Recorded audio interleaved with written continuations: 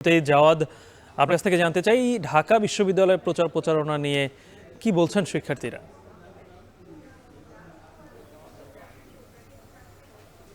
যেহেতু নির্বাচনের আর ৮ দিন পরেই মূলত নির্বাচন হবে, সেক্ষেত্রে আমরা দেখছি যে শিক্ষার্থীরা প্রথম দিনগুলোর চেয়ে এখন প্রচারণায় জোর দিয়েছেন। তারা নানান ধরনের লিফলেট তৈরি করেছেন, কার্ড তৈরি করেছেন, তাদের ব্যালট নম্বর দিয়ে আলাদা কার্ড করেছেন।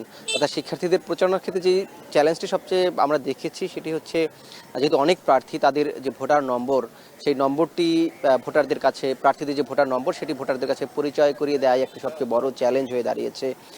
এটি যেমন তারা আলাদা আলাদাভাবে নানান কৌশল নিচ্ছেন, সেটি ডিজিটাল মাধ্যমে এবং আলাদা আলাদা কার্ড করে বা কেউ ব্যতিক্রমীভাবে সেটি প্রচার করছেন।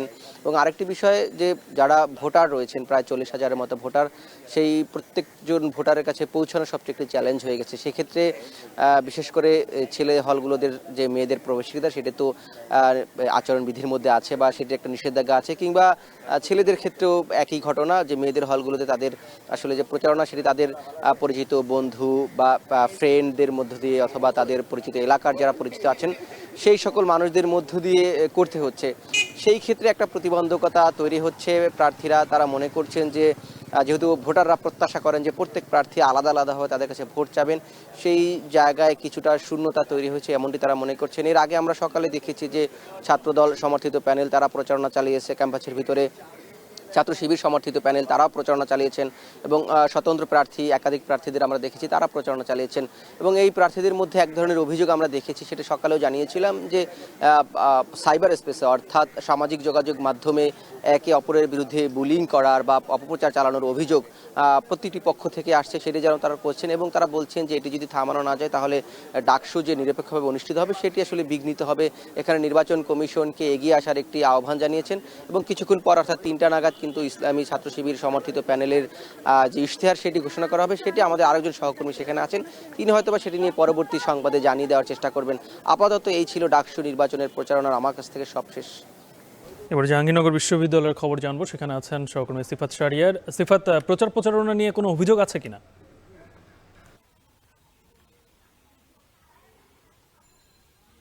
গালিব, একটু আগেই জাওয়াদ বলছিলেন সাইবার বুলিং এর কথা। এই প্রচার প্রচারণা করতে গিয়ে আসলে যারা প্রতিদ্বন্দ্বিতা করছেন, বিশেষ করে নারী প্রার্থীদের প্রতি সাইবার বুলিং করা হচ্ছে জাহাঙ্গীরনগর বিশ্ববিদ্যালয়ে জাকসু নির্বাচনকে ঘিরে।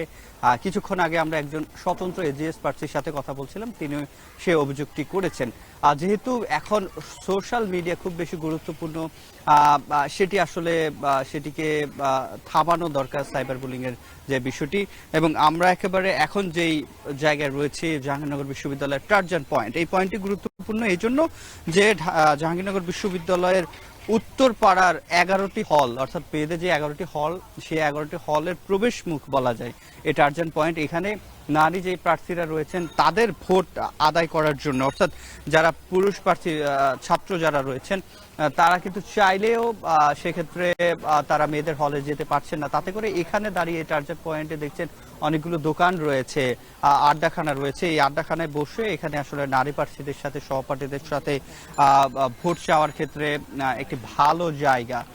এবং এখন যেহেতু দুপুরের দিকে এই যে প্রচার প্রচারণা সেটি ক্লাস শেষ হয়েছে, আমরা যেটি দেখেছি যে ক্লাসরুমের প্রাঙ্গণে এবং হলগুলোর সামনে প্রার্থীরা কাঁধে ব্যাগ, হাতে লিফলেট, অর্থাৎ তারাও নিজেরাও যেহেতু শিক্ষার্থী, তারা ক্লাস থেকে বের হয়ে সহপাঠী যাদের পাচ্ছেন তাদেরকে সঙ্গে নিয়ে অন্য সহপাঠীদের কাছে প্রচারণা চালাচ্ছেন, কিংবা সিনিয়র জুনিয়র যারা আছে অন্য ডিপার্টমেন্টে যারা আছে তাদের কাছে আসলে যাচ্ছেন। এবং এই যে জাহাঙ্গীরনগর বিশ্ববিদ্যালয়, সেটি একটি বড় ক্যাম্পাস, জানেন, একেবারে সবুজে ঘেরা।